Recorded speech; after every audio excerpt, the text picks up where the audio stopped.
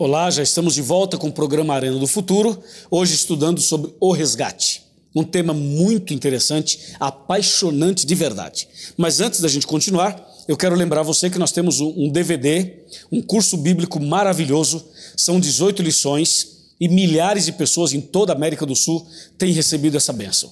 Você pode ganhar um DVD desse, é de graça, nós enviaremos para sua casa. É só mandar um e-mail para arenadofuturo@novotempo.org.br ou telefonar para a gente e nós enviaremos para sua casa. Lembre-se, é de graça. Agora nós vamos continuar o estudo de hoje falando sobre o resgate, esse tema maravilhoso sobre o amor de Deus. Vamos guardar aqui o nosso DVD. E sabe que na hora do intervalo, melhor dizendo, uma pessoa, um dos câmeras que trabalha aqui com a gente, me fez uma pergunta muito interessante. Ele falou o seguinte: pastor, você disse que Adão e Jesus nasceram nesse mundo sem pecados. Ok, mas e Eva? Sim, Eva também. Então, aí nós colocamos 3 pessoas. Na verdade, quando nós falamos de Adão e de Jesus, é porque a Bíblia usa uma expressão assim: Jesus é o segundo Adão. Mas, obviamente, tanto Adão quanto a Eva foram criados sem pecado. E o nosso câmera tem toda a razão, é isso mesmo. Agora, tem mais. A pergunta que eu deixei no primeiro bloco no ar: Jesus veio a primeira vez, nasceu de Maria, viveu aqui entre nós, mas a pergunta é: o que Jesus veio fazer aqui de fato, de verdade? Sabe por que eu estou fazendo essa pergunta? Porque muitas pessoas perguntam assim para a gente, nas igrejas, por aí, nos eventos, as pessoas falam assim: pastor, Jesus não nos salvou na cruz? Salvou. Ele diz: mas que salvação é essa que eu continuo desempregado? Que salvação é essa que tem problema na minha casa? Que salvação é essa que tem corrupção aqui, problema acolá, terremoto, vulcão, um negócio aqui, outro negócio ali? Então, muitas pessoas têm essas dúvidas, sabe? Se Jesus morreu na cruz, morreu para nos salvar. Mas como é essa salvação que nós estamos nesse mundo ainda cheio de problemas? É aí que está o X da questão. Esse é o ponto que a gente precisa entender. Por isso que o tema do programa chama O Resgate. O que Jesus veio fazer aqui, na sua primeira vinda, foi pagar o preço do resgate. Lembra o que a gente leu no primeiro bloco, em Romanos 6, 23? Diz assim: o salário do pecado é lembra? É a morte. Exatamente, o salário do pecado é a morte. Então, Jesus veio para morrer. É muito curioso e muito complicado até dizer isso, mas é verdade. Jesus veio a esse mundo para resgatar o homem, para pagar o preço do resgate. E qual era o preço? O preço era muito alto, mas muito alto. E quando a gente fala o preço, é o preço do homem, o preço do ser humano. Porque quem foi sequestrado? Nós fomos sequestrados. Quem é o sequestrador? O inimigo. E quem é o resgatador? É Jesus.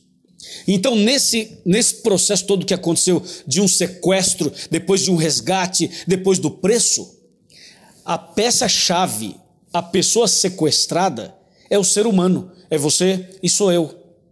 E aí vem a pergunta: qual é o valor do resgate? Quanto Deus pagaria por mim e por você? Você sabe, quando tem um sequestro aqui na terra, as pessoas, os ladrões, os sequestradores, eles costumam pedir um valor alto, dependendo do caso. Se for uma pessoa que eles sabem que tem muito dinheiro, eles pedem um valor altíssimo para poder liberar a pessoa. Eu me lembro quando foi sequestrada aí uma filha de uma pessoa famosa no Brasil. Os ladrões pediram R$1 milhão. E depois de um período de negociação, eles definiram em R$500 mil. A família pagou o preço do resgate. E depois que pagou o preço do resgate, os ladrões liberaram a menina, a garota. E essa voltou para casa e a família fez uma grande festa. Aí eu paro e penso: será que o valor do resgate daquela garota era realmente 500 mil, R$500 mil? Será que aquela garota sequestrada valia esse valor realmente? Ou valia menos ou valia mais? Qual é o valor de uma pessoa? Quanto vale um ser humano? Quanto você vale? Estou falando agora para alguém que está se sentindo desvalorizado. Alguém que não está bem, a sua autoestima está lá embaixo. Eu estou falando para alguém que, infelizmente, está passando por um drama, por um problema difícil. Estou falando para uma mulher que o marido não está valorizando-a. Estou falando para um homem cuja esposa não o valoriza. Estou falando para um filho que se sente como a ovelha negra, entre aspas.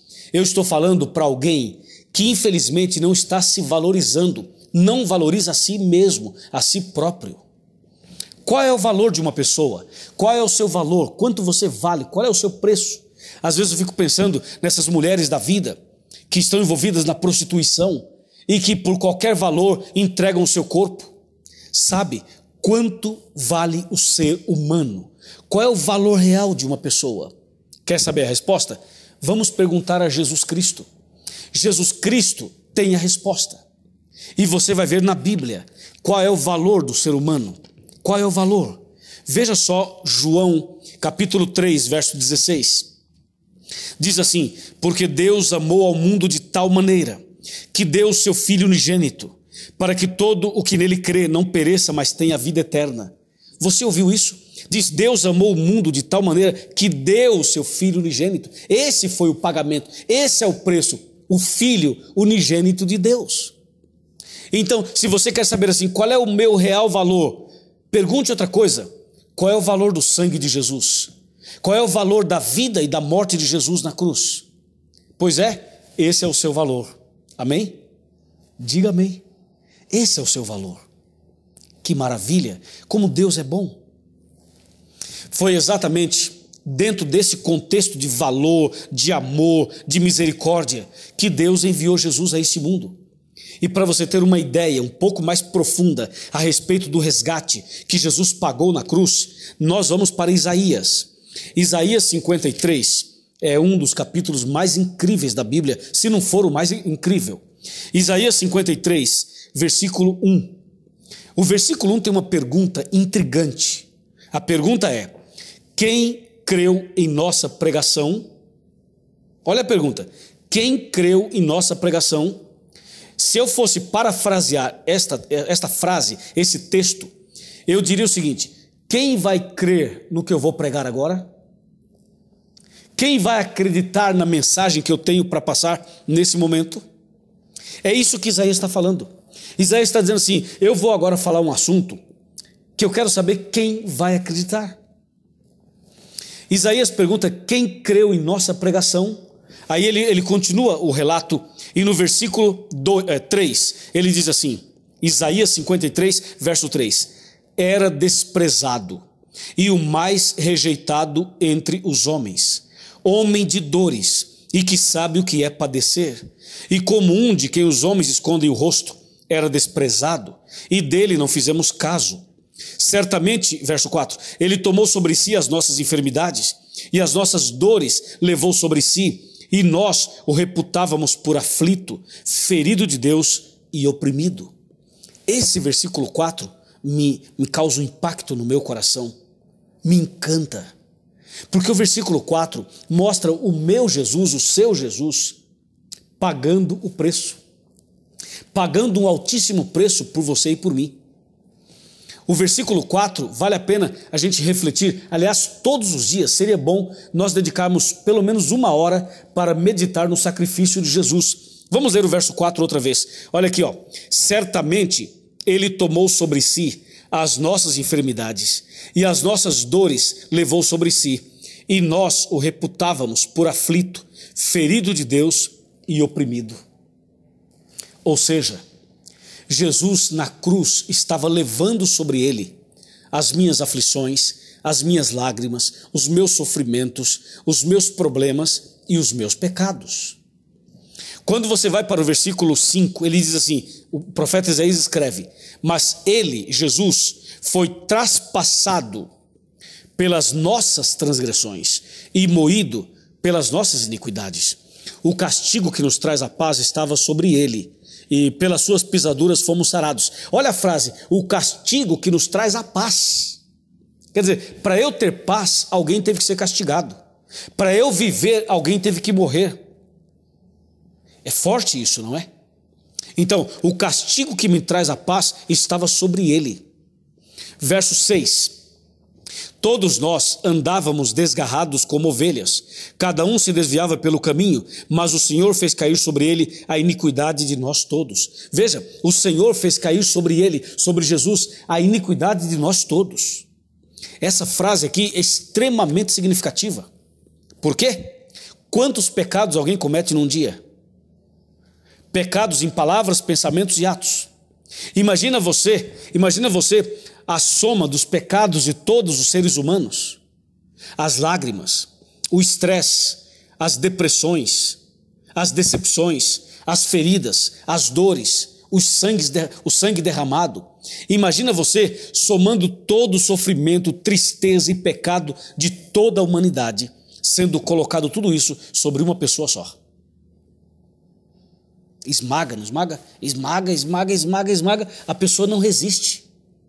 É isso que o versículo 6 está dizendo. Diz, todos nós andávamos desgarrados como ovelhas, cada um se desviava pelo seu caminho, mas o Senhor fez cair sobre ele, sobre Jesus, a iniquidade de nós todos. Foi por isso que no jardim do Getsêmani, Jesus transpirou gotas de sangue. Entendeu? Foi por essa razão que Jesus, lá no Getsêmani, agonizava, orava e dizia, Pai, se for possível, passa de mim esse cálice. Jesus estava dizendo, Pai, se tiver um outro jeito de salvar a humanidade sem que eu tenha que morrer, então por favor salve. Mas se não tiver, se não for possível, Pai, seja feita a tua vontade e não a minha. Então Jesus, naquele momento, colocou nas mãos de Deus a decisão total e final. E o Pai diz, filho, você tem que ir até a morte de cruz para salvar a humanidade. E Jesus, por amor a mim e a você, ele foi até o Monte do Calvário. E no versículo 7, aí a Bíblia tem a frase assim final dessa história toda. Isaías 53, verso 7 diz, ele foi oprimido e humilhado, mas não abriu a boca. Como um cordeiro foi levado ao matadouro, e como ovelha muda perante os seus tosquiadores, ele não abriu a boca. Você já foi oprimido alguma vez? Já foi humilhado alguma vez? Já foi rejeitado por alguém alguma vez? Já passou por uma situação de incompreensão? Já se sentiu traído? Já? Pois saiba de uma coisa, antes que você passasse por essas coisas, Jesus passou por tudo isso, de forma muito mais intensa e de forma muito mais terrível. Finalmente, Jesus então vai até o Calvário, sangrando, sofrendo, passando fome, sede, frio. Ele vai até o Monte do Calvário, levando uma cruz, uma coroa de espinhos. Era uma cena terrível. E lá na cruz, Jesus é crucificado. Aliás, lá no Calvário, ele é crucificado. E ali, ao ser crucificado, Jesus abre os seus braços e se entrega. Naquele momento, ele estava pagando o resgate. O que aconteceu na cruz? O pagamento do resgate. Ele pagou. Foi por isso que Jesus pronunciou a seguinte frase: está consumado. Esta frase, está consumado, significa está pago, está resolvido, o resgate foi pago, a dívida foi paga, não há mais dívidas entre o homem e Deus. A porta que estava fechada foi aberta e a salvação passou a ser uma realidade na vida de toda a humanidade. Deus seja louvado, glorificado para sempre seja o nome do Senhor. Assim, Jesus na cruz nos proporcionou o resgate. Na cruz, Jesus fez com que o inimigo fosse derrotado. O nosso sequestrador foi derrotado. E Jesus estendeu a mão para que nós pudéssemos segurar na mão dele e sairmos agora do cativeiro. Foi na cruz que Cristo nos tirou do cativeiro do pecado. Por isso, que quando uma pessoa aceita Jesus como seu Salvador e como Senhor da sua vida, essa pessoa muda. Quando alguém aceita Jesus, ela sai do cativeiro, ela deixa de fumar, ela deixa de beber, ela abandona as drogas, ela para de se prostituir, ela para de mentir, ela deixa essa vida errada, mundana, e ela passa agora a viver uma vida diferente. Ela passa a ler a Bíblia, a orar, a ir à igreja, veste-se diferente, torna-se um melhor marido, uma melhor esposa, um melhor filho. A família toda é abençoada quando alguém aceita Jesus. Ou seja, quando alguém entende finalmente que o preço do resgate foi pago. Agora, a pessoa que entende isso tem que sair do cativeiro, tem que sair da escravidão, tem que sair das garras do maligno, tem que sair daquele buraco escuro e nojento que o pecado colocou. E essa pessoa tem que sair, e agora ela vai começar uma caminhada, agora ela vai começar uma vida nova, uma caminhada de volta para casa. Porque quando se sai do cativeiro, tem que voltar para casa. Quando abandona o cativeiro, tem que voltar para casa. E a família, os amigos, estão lá reunidos, esperando para fazer uma festa, esperando para comemorar o resgate, a vitória, a bênção, a volta para casa. Amigo, está chegando a hora em que nós vamos chegar em nossa casa. Está chegando a hora em que nós vamos chegar no lar celestial, onde é nossa verdadeira casa. Mas antes que cheguemos lá, nós temos que entender o que aconteceu na cruz. Na cruz foi pago o preço do resgate. Na cruz, Cristo derrotou o maligno. Na cruz, Cristo abriu uma porta. Na cruz, Cristo permitiu com que você e eu tivéssemos acesso de novo ao Pai. Foi isso que aconteceu na cruz, a preço de sangue, a preço de sofrimento, a preço de entrega total. Cristo fez isso por você e por mim. É por isso que Ele é o nosso querido Salvador. É por isso que Jesus Cristo é o caminho, a verdade e a vida. Mas todo o processo da salvação e do resgate ainda não está completo.